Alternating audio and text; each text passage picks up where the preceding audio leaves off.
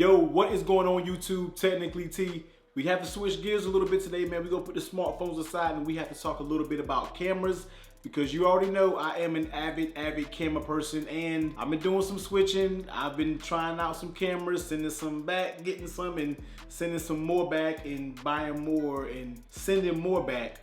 But yes, I have finally landed on the camera that I want to use. And of course you already know what it is by the title. So let me go ahead and talk about it because I know this camera is one of the most hated cameras, one of the most underrated cameras in my opinion of probably 2019, since this is when I'm using it in 2019. So one of the most underrated cameras, man. I know a lot of you are like, you were insane for making that switch, but I have some reasons as to why I did it. So let's go ahead and get into them. So yes, as you can tell by the title, yes, I did sell my beloved Sony A7III that I really love. I love so much the good downsampling of the 6K into the 4K. I absolutely loved it, but yeah, I sold my complete setup, my entire rig for the EOS R, what I'm actually recording on right now. So what you see right now is the EOS R paired with the Canon 16-35 f2.8 version 3. Now, yes, I have done tons and tons of research, man, and yes, I absolutely jumped ecosystems. But before we get into all that, let me go ahead and tell you the background of where I came from and what was my first camera. So starting off on YouTube, I started off with my smartphone. Then I moved to the Canon M100. From there, I moved over to the SL2. Still staying in that Canon ecosystem. Then I went ahead and got the M50, and then I really started getting into the cameras a lot, and I was like, you know what? I want a little bit more. I really want usable 4K. So of course I went ahead and crossed over into the Sony platform. I picked up a A6500. Absolutely love that camera. Colors were absolutely trash, as you all know. Then I kind of dove into the full frame, man. The full frame bug bit me. Sold my 6500, picked up an A7 III. And that's where it just went all downhill. So I used the A7 III for a very long time. Absolutely loved that camera, but I felt like I didn't need it, man. I'm doing these talking head videos. I felt like I really didn't need all of that power that the A7 III actually provided. So I downgraded to an A6400. Now the A6400, I absolutely love that camera. Probably one of the best cameras on the market right now. And when people come to me for camera advice, I always tell them, man, go out there and get yourself a 6400 because you get all of that power from the A7 III packed into a crop sensor body. Love my 6400, but then here is where all the Rocky River and everything going on. So I missed full frame. I bought another A7 III, returned it. Then I say, you know what, let me go ahead and try the Fuji X-T3. I'm hearing a bunch about that camera. That was probably one of the most underrated cameras. I picked that up, had it for about a day. It was good.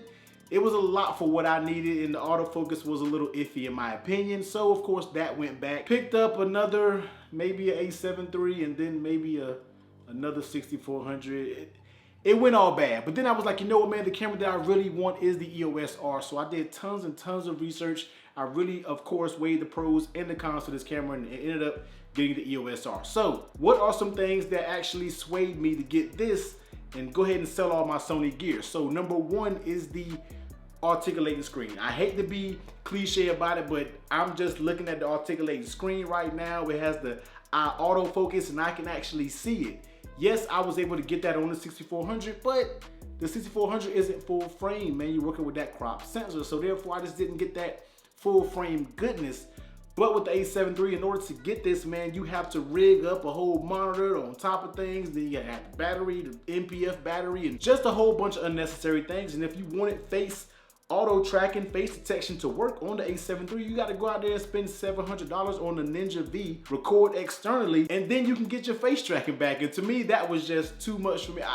I didn't need to do all that. I'm not a videographer. I'm not a videographer. I do these YouTube videos just like this. So all of that was completely overkill. So that was number one, man. I didn't have to rig up anything. All I have to do is throw my Rode video mic, pop the flip screen out and go. Where Sony, I'd have a small rig and the camera mount to hold the monitor, and then I had to have a cold shoe adapter to hold the mic. It just really got cumbersome. So I really wanted to simplify the setup, man. So that's the first reason why I switched over to the EOS R. Reason number two is Canon C-Log. Now, I'm not a professional at grading by any means, but when you're coming from a Sony system, man, you have HLG, you have S-Log, you have Cine profiles.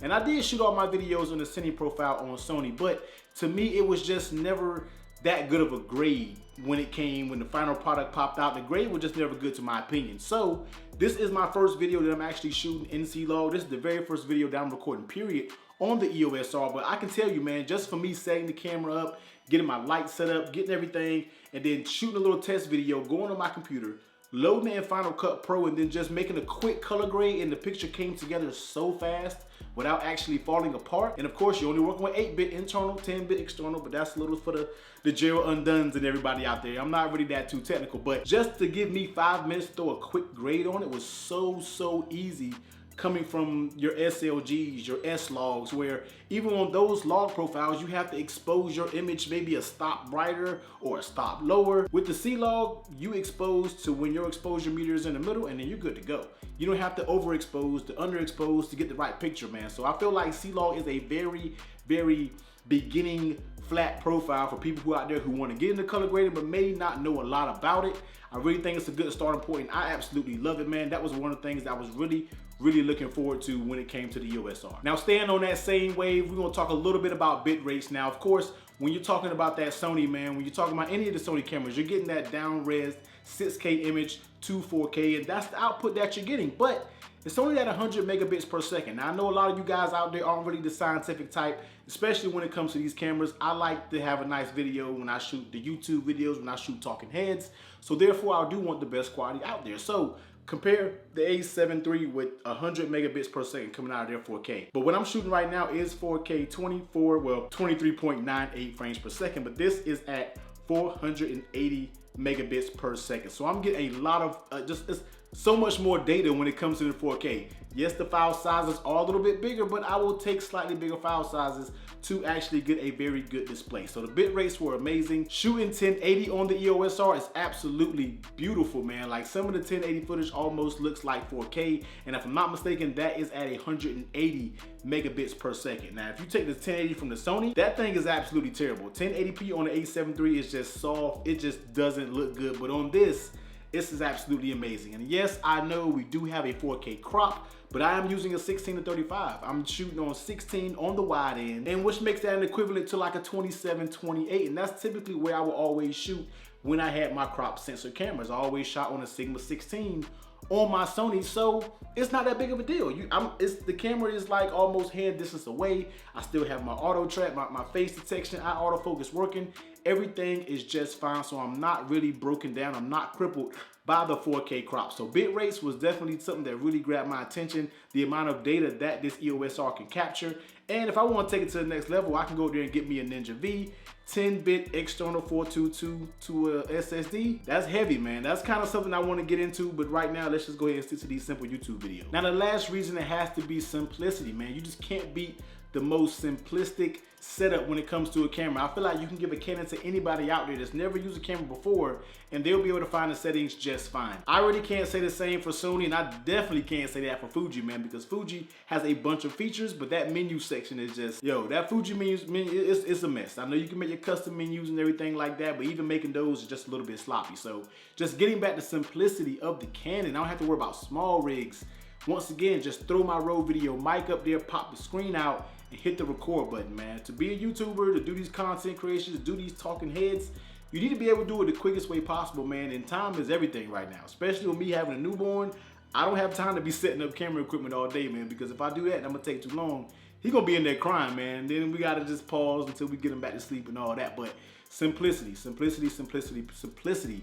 I can't stress that enough when it comes to the Canons, man. I'm not knocking Sonys at all, but you really can't beat any of the EOS, any of the M's, any of the Canon systems when it comes to just point and shoot, setting up, and like my man, Everyday Dad, man, fiddliness. The fiddliness of the camera is just so simple when it comes to Canon. So yeah, man, those are my reasons why I chose the EOS R, and I sold my A6400 and my A7III. Now, of course, we're gonna have some more videos coming out about the EOS R. We're gonna get into the 4K. We're gonna get into this lens I have, the 16-35, to actually show people that 4K is actually usable when it comes to these Canon systems. Yes, it does cripple it a little bit by the 1.7 times crop, but you can still use it, man. You can really get some good sharp image, and you see it right here, man. 4K, 16 mil. Yes, this is with the 1.7 crop, and I'm actually doing just fine. This is probably how you will see most of my videos. I'll probably sprinkle a little bit of 1080 in there every now and then, but from here, this is what you get, man. 4K out of the EOS R. So technically, team, man, I'm about to get up out of here. Let me know down below if you're thinking about making this trade. If you have any questions regarding the EOS R, I probably watched every single video on YouTube when it came to it, man. I would be glad to help. And yeah, that's it, man. I'm actually looking forward to it, and I'm liking this thing. I don't believe I'm gonna return this thing to Adorama. So Adorama, you get a break. You don't gotta see my name on the returns, man. But until next time, I'm about to get up out of here. I will catch you guys later. Peace.